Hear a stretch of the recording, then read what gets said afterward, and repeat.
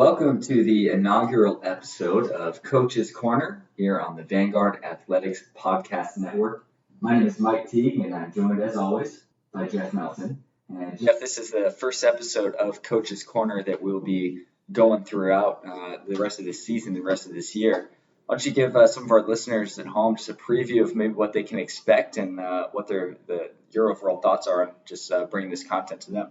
Yeah, we definitely wanted to just give an avenue for all of our fans at home to listen to our head coaches as well as some of our assistants throughout the year. So we will be diving in a little deeper inside the X's and O's a little bit as we go throughout, and as well as what's going on in the lives of the team, how they're impacting them, how they're serving them, how they're guiding them towards Christ more, and how they're building that team identity throughout the year and how that transitions between the preseason, kind of the non-conference state, and then you're getting down towards conference, moving into postseason, hopefully, and how they shape their rosters throughout the year, and what kind of identities they want their teams to take, on a year in year out basis, depending on the talent and how everything gels together. Yeah, no, that's awesome, because as you and I know, we work with our coaches daily and we see them on a daily level. They're incredible people, right? They've got some awesome ones, and I think it was fitting that we start as you had a conversation with head basketball coach on the men's side, Rhett Soliday, a legend around these parts. He's always calling other people legends, and so I feel like it's fitting to call him a legend. But a legend here at Vanguard, and he's discussed that 2019-2020 squad, and then really kind of reliving some of his favorite moments as the coach of the Lions, and also just talking about some of the great things that he does with his team. So I know, everyone should be excited to hear this conversation. Anytime you get a chance to listen to Rhett Soliday speak, it's a good thing, right? And so, Jeff, I know you just had a conversation with him, and so we'll go ahead and pop into that one. And so here is Jeff Melton's conversation with head men's basketball coach Rhett Soliday.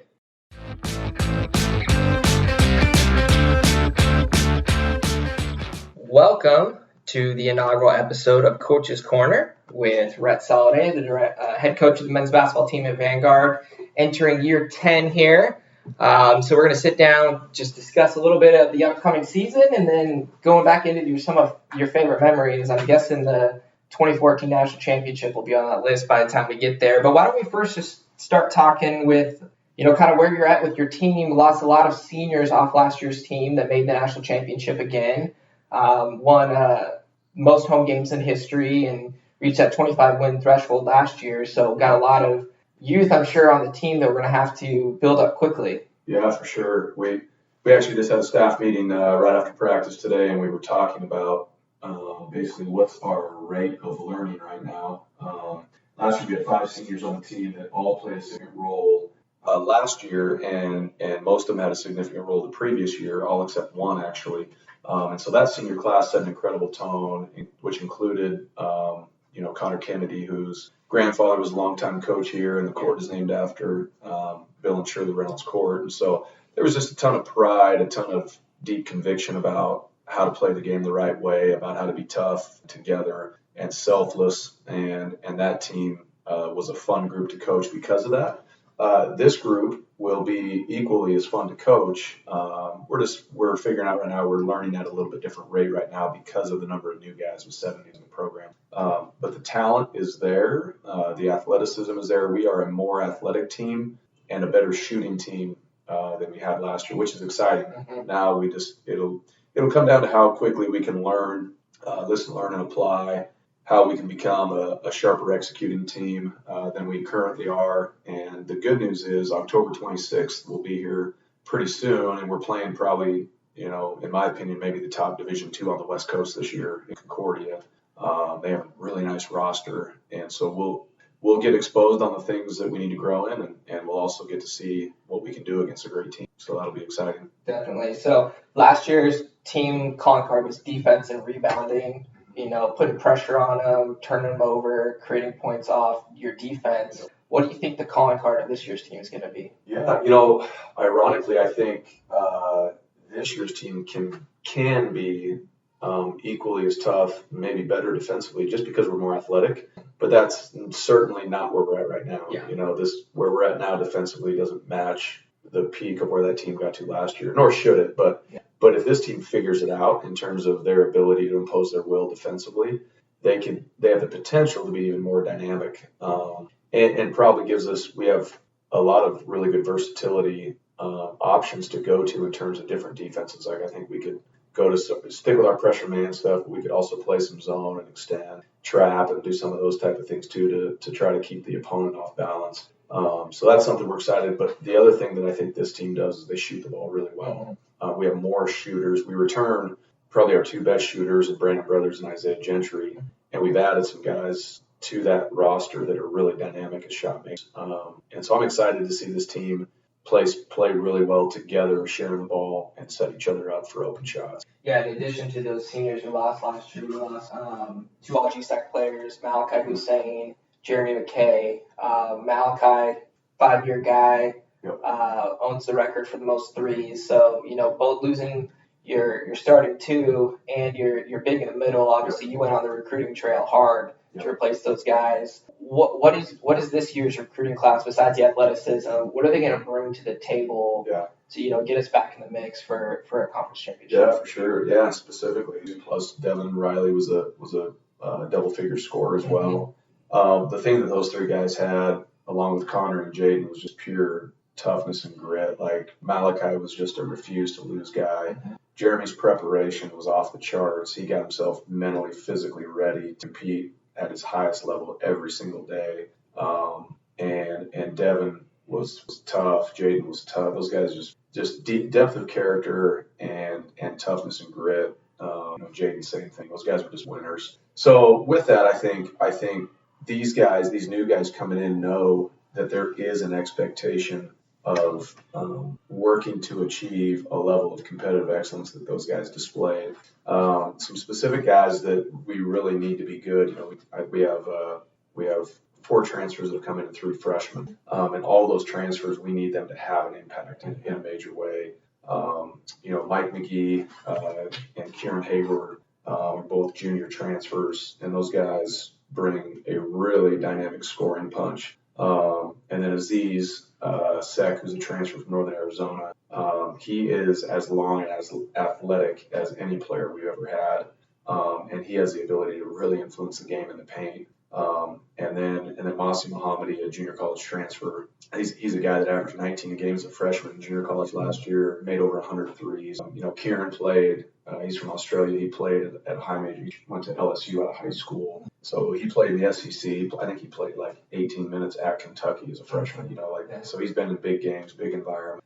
He's not scared of the moment. And then, those other 2 guys are going to be high-level impact guys for us as well. Really excited, and they love the biggest thing about that group is they love the game. Like, Mike McGee played at Cypress College just down the road, and he played for a great coach, and Coach Drew there. And there's 4 guys in that transfer class that just absolutely love to compete, and they're just kind of learning the Lion way. And once they figure that out, I think they'll hit the ground running. And then our freshman class, huge upside, huge talent there. John Shear, Juwan Ganayu, 2 local guys from J. Sarah, and Juwan from J. Sarah, and John from Korean Lutheran, and then Nico Daska's right here in Costa Mesa, and he's one of the top players Costa Mesa High School's ever had. So I love that our freshman class is built up of some really great local kids, and then our transfer class is made up of some guys transferring in from out of the area, with the exception of Mike, that bring a different dynamic, and we've got some fun international flavor. Kieran from Australia,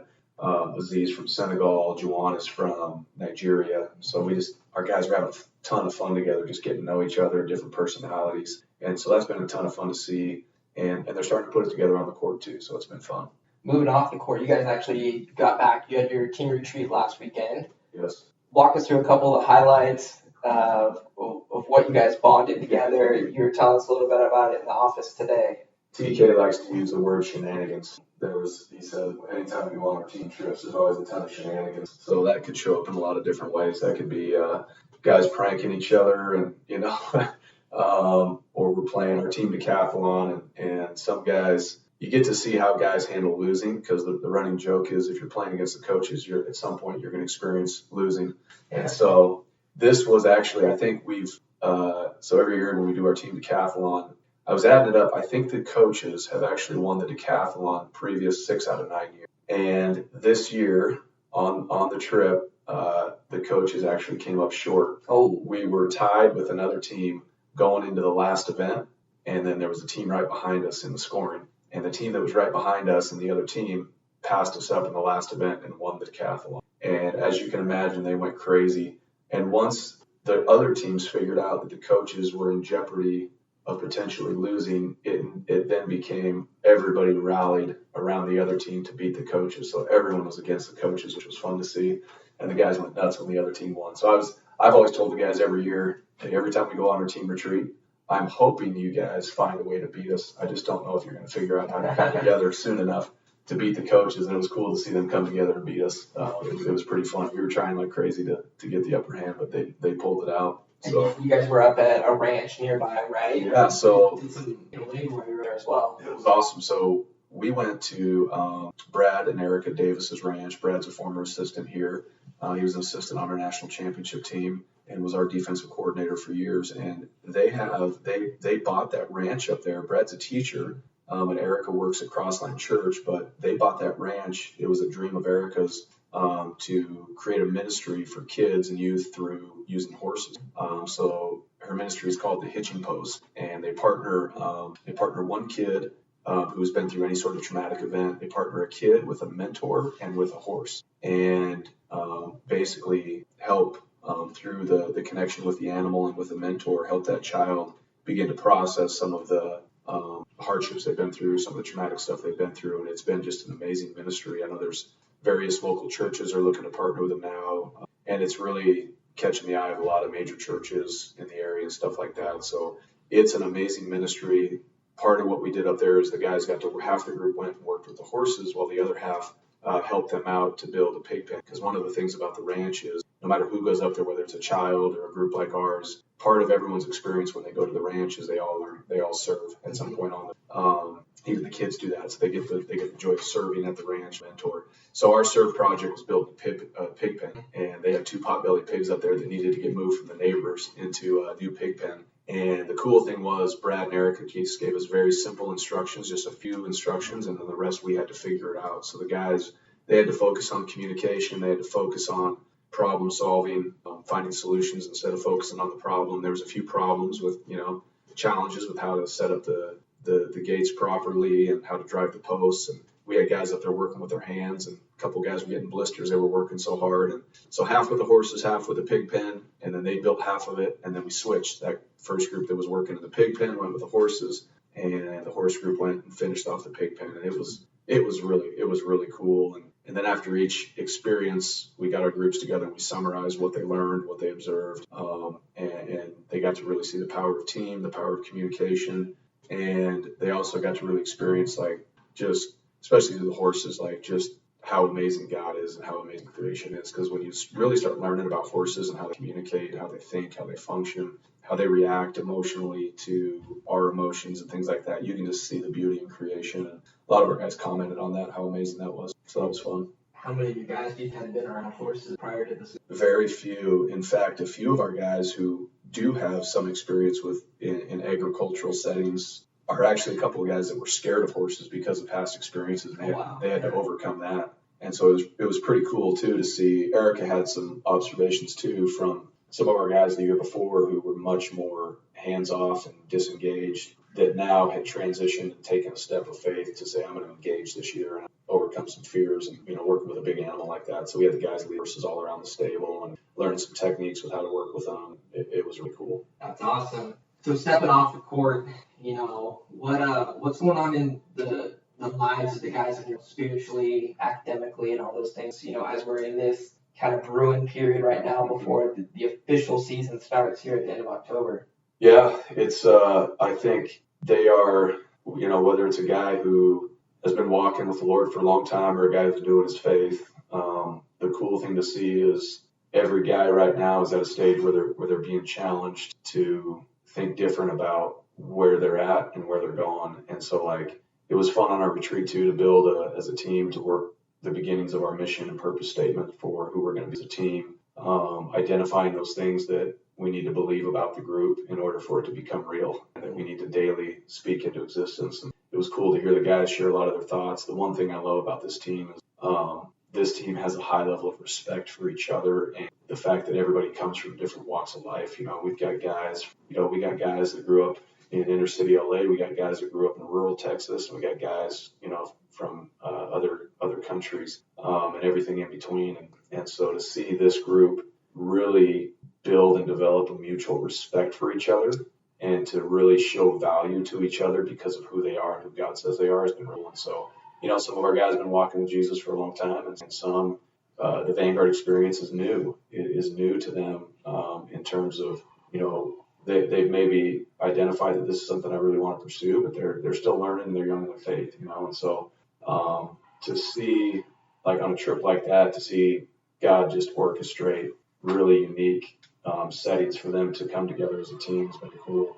And then to see it throughout the beginning of the semester, it's fun to see, have a guy come in that I'm still getting to know that's a new guy and say, Coach, I'm struggling in this class. And then to be able to have some of those conversations that ultimately, a lot of the reason they struggle is because of lack of preparation, or it's because of a fear they have to overcome, or they think they're not a good student, or they're lazy, and laziness is just kind of taking over because maybe high school was easy or whatever. So it's fun to see how all of those conversations on various levels get to turn into gospel conversations about, hey, this is where you're at, but what does God see in you, and where does He think you should be going and can be going in your life? What does He say you're capable of versus what you think you're capable of in this life? And so, we've had a lot of those really cool conversations. And the one thing I love doing is going to lunch with our guys. During the school year, my favorite thing is to sit down at the table at the cafeteria with the guys and just have lunch. I don't talk much. I just like to listen to what's going on with it. You can pick up those conversations that to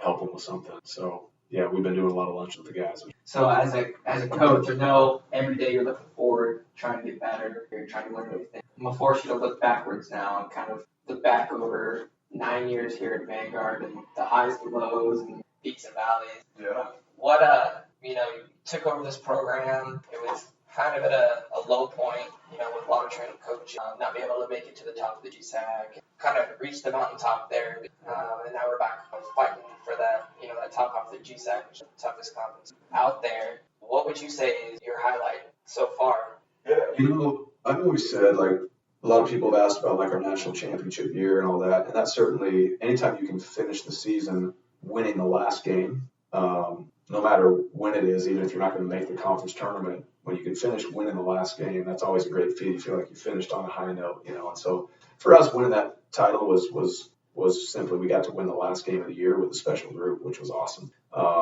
And then it's something nobody can take away from us, which is another great feeling. But I've always said, win or lose the last game of the year, the most special memories I have are the last game of each year. And when we get to, because we shed just as many tears when we won the last game as when the years we've lost the last, because the reality set in that this group will never be together. And that is always something to tell the guys and preach to them to value and to not forget, is this team this year will never be together. And even though maybe, some years like this year we only have 2 seniors, but these returning guys will never get to play with Brandon Brothers at Gentry. And those are 2 special guys. And so for me, the most special memories I have of our seasons is always the last game of the year, win or lose, that when we go into that locker room and everybody's shedding tears, the way that the coaches honor the seniors and the way that, the returning guys in the future honor our senior class is a tradition that we have developed, and something that they come to expect, that's a special moment when we get a chance to say thank you to guys who have given everything. Because in our program, if you make it to your senior year, like, you've given a lot. You've poured out everything you have, because that is the expectation. And ultimately, every senior we've ever had has not just done it because they're expected to. They've gotten to a point where they love the idea of the journey of getting to a maximum and doing it for their team, for their brothers. So, that's the last locker room is always special. And that's what I remember from my senior in college, is the way my team honored me, my coaches honored me, and our other seniors for simply giving everything we had, knowing it was our last time we were going to put on it. So that's my favorite memory. Each year is special. Definitely. One of Rhett's old adages is, if they're keeping score, we want to win, but winning doesn't define us. So as you look at how you define success on the court versus defining success off the court of building creating good fathers and good husbands, versus we look about the on the court. How are you, as a collective body, going to determine success? Yeah, I think, that is a good question. And certainly on the court, the win column is a part of it. We always do want to say that, we feel like if we can get, traditionally, if you're in the top 4 in the conference, you have a chance to go to Kansas City, sometimes top 3. That will all change next year when we go to one division the following season. There will be a different playoff structure, and it'll be more difficult to get to Kansas City. But in general, certainly one thing we're striving for every year is to do everything we can to win the conference, which is hard. There's so much parity. There's so many good teams, good players, great coaches. So it's a hard thing to do. It's hard to win in our league. But that is definitely a bar and a standard that we set, and we have every expectation to try to hit it every year, even though we don't always do it. The next thing is, I think, to me, people know when they walk in our gym, when they walk in the pit, there's something different about, at least I hope, when you watch Vanguard basketball play. Whether we win that game or we don't win that game, there's a few things for me that mean we are achieving. Because the ball doesn't go in every night, and sometimes it really goes in for the other team. And there's so many things that go into winning. But we certainly always want people to walk in our gym and watch us play or on the road and say there's something different. Look at how hard they play. Look at the way they compete for each other. Look at how tight their huddles are when there's a dead ball situation. Look at the level of urgency they play with from the bench. Look at the way the guy on the end of the bench is engaged. Look at how locked in everybody is in the huddle. And again, we're never going to be perfect in that, but we are striving to give perfect effort to give everything to do what leads to success, which is all in, 2 feet in, all the time. Being a high-level communicating team, one of our goals every year, we use the word put-ups, which is the opposite of put-downs, right? Put-downs create negative momentum and negative energy, and put-ups do the opposite. They fuel your bus. They keep it moving. They build belief into each other and all that. And so we always say one of our goals every year is we want to lead the country in put-ups, Yeah. And there's no measurement for that. Nobody's statting that the way you stat other things. But we feel like if we're a team that leads the country in put-ups from the bench, on the court, in practice, and we truly take a hold of that and make it our own. If we have enough talent those years, we're going to win.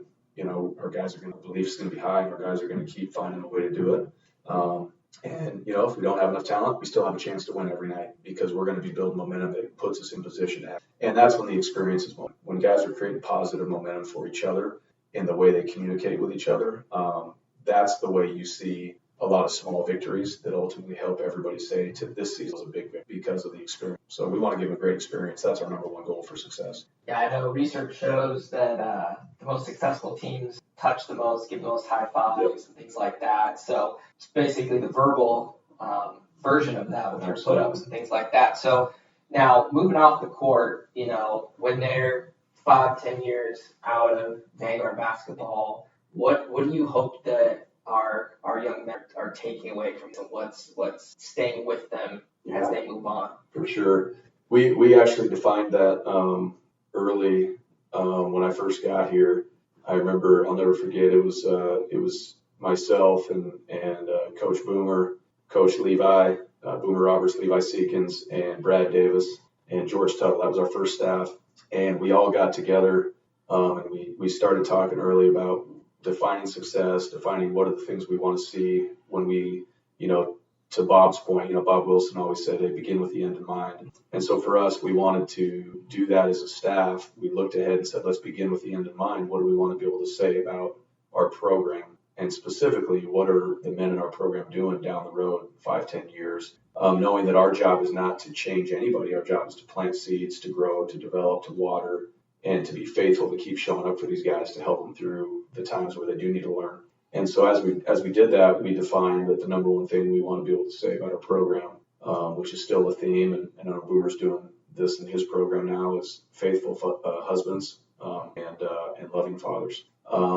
And that really defines, and the one thing that we know is the only way for that to really be possible and to be able to say is if they have the love of God, and because life is hard and life is going to knock them down. And we always tell the guys the storm is coming at some point. This season, the storm is coming. down the road in your life, the storm is coming, because this life is not everything that we hope for all the time. And so for us, we wanted to create as many scenarios, whether it was a competitive environment in practice or things we did off the court. We always wanted to create an environment where guys were learning to handle adversity rightly and correctly and not damage relationships in the midst of the storm. And so that applies to post game when you win, and it applies to post game when you lose, and all those kind of. And so that's the benchmark is faithful husbands, loving fathers. We won't know how we did in those areas for a while down the road, but we hope that we've planted and watered and seen enough growth that we know that each of the guys, when they leave our program, they've got strong convictions about who they are and where they're going. Yeah, and one of the ways you do that is through your staff. We got one of the deepest in the conference, and I'd also argue they got one of the best coaching staffs. Yeah, for sure. So we got, between TK, our, head assistant, all the way down to our volunteer assistants like Kevin Heenan, who've been here for over a decade as well. Absolutely. What are their strengths and how are they going to be able to impact your guys on and off the court? We really do. I don't say this lightly at all. I don't like playing the comparison game, but I really believe we have the best coaching staff in the country. I mean, at our level, we've been blessed to have some guys, and of course I'm going to be biased on that, but we have guys on our staff that frankly they love mentoring young men, and they love being around the game, and they have so much to offer. Like Kevin Heenan's probably one of the best players to ever play in basketball history. He played at Cal State Fullerton when they went to the Elite Eight. He understands everything about the game. He understands shooting. He understands player development, all that. But really, the biggest role Kevin plays is mentoring the guys and teaching them how to do life well. Coach Mack is the same thing. Lyle McIntosh, he's a Hall of Fame coach from the state of Washington, state championship coach, is a high school coach up there. His son is now one of the assistants at Cal Baptist, where my college assistant is the head coach, Rick Croy. And Coach Mack is like one of the best basketball minds I've ever been around. But again, more important than that, he understands development of people. He understands relationship. He understands, even though he's at an older stage of life too, he understands like what these guys are feeling and going through now, because he's so in tune with everything that they're doing. So there's so many amazing qualities about like those two assistant coaches, and then we've got Sele, who's a former player with TK, who does an amazing job. He's going to be a great coach, and he just brings a level of energy contagious to the guys. And then our two new guys this year, Colton Koima, who was a 2-time first-team All-American at Northwestern College. He was an amazing player. They beat us here in the pit actually a couple of years ago, his senior year. And his coach is a guy named Chris Corver, phenomenal coach. He'll be a Hall of Fame coach someday. He's the uncle of Kyle Korver, who played in the NBA. But he said Koima's just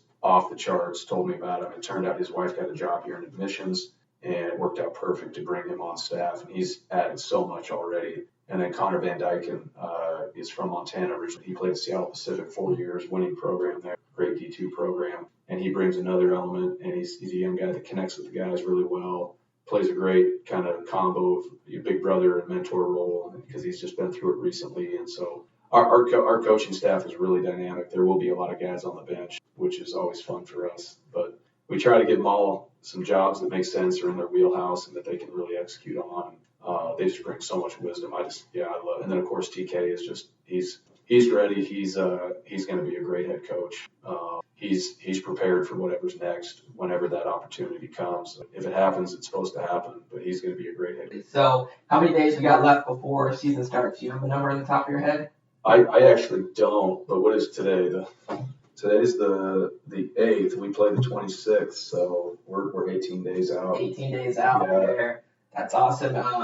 We'll be on the road at Concordia. Yep. That might be a difficult game for you. You might not know who you want to win as a Concordia alone. No, we've Coach Hammond, who I played for, is he's simply the best in the business. I've been wondering for years when a Division I school is going to recruit him away from there. It hasn't happened, but he is an amazing coach, phenomenal leader, builder of men. He understands the game. He understands life, and he gets his guys to compete at a level that very few match. I mean, if you ask anybody NAI D2 on the West Coast, one of the most dynamic programs out there in terms of like how hard the guys play, the culture they create, all that. I mean, Concordia is and has been for 20 years off the charts. And so we love playing that game always as our first game of the year because it's really going to show us, where we're at and where we get exposed. I think the last year they were the GSAC, we split.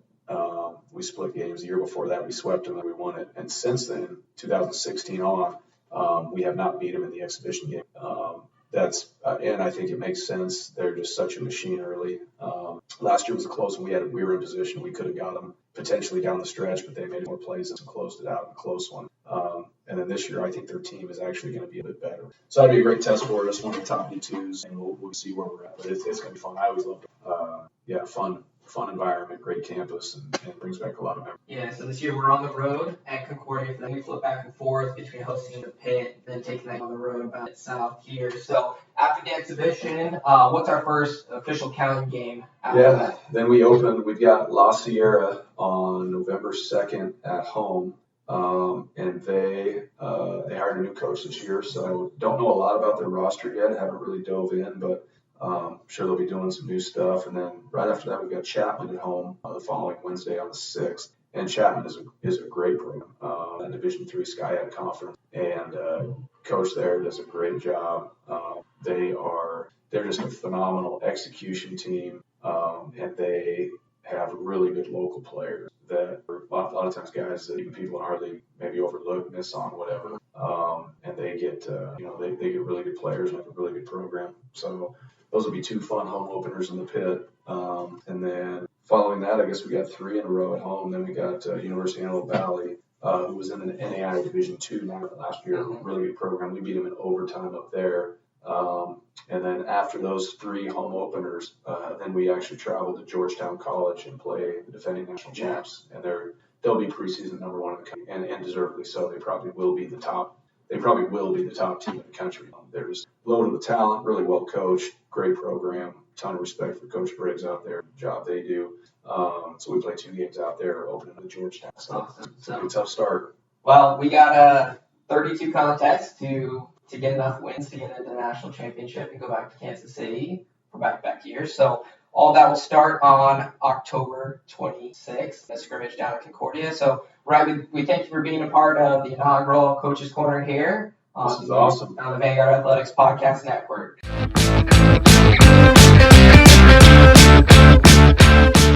Welcome back to the Vanguard Athletics Podcast Corner, inaugural episode here. And obviously, you just heard a great conversation with Jeff Milton, Rhett Soliday, and basketball coach at Vanguard. And Jeff, obviously an awesome conversation. Rhett is one of a kind. And what are maybe some things that you took away from that as you were able to talk with it to know his heart a little bit better? I know you know him really well, but just even out of that, what you got out of it? Yeah, one of the things that I had actually just heard for the first time was I knew they went on their retreat and ranch. I didn't know any story behind the ranch. Obviously Brad Dave America had been in the pit for forever, so knowing that, I never was a passion of theirs, and started there with the hitching post. That's really amazing. I grew up around like kind of the Royal Family Kids Camp model, and it's something similar to that, and it was just awesome to hear these guys. Some of these guys they've never played together yet, and so we got the transfers, got a couple freshmen coming in, and for them to bond over something, with horses, and then the physical aspect of that.